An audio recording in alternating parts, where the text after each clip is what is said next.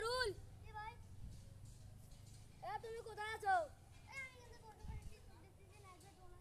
এখানে আসো তো।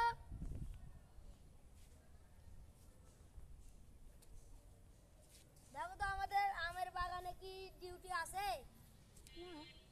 যে দেখো তো কেউ কি আম টাম শুরু করে নাকি?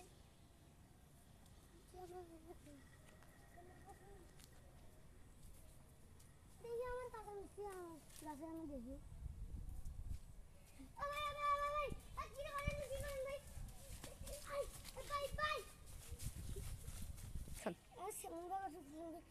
ভাই হ্যালো ভাই, আমাদের কাঁচা মিষ্টি আমের কাছে একজন চোর ঢুকেছে।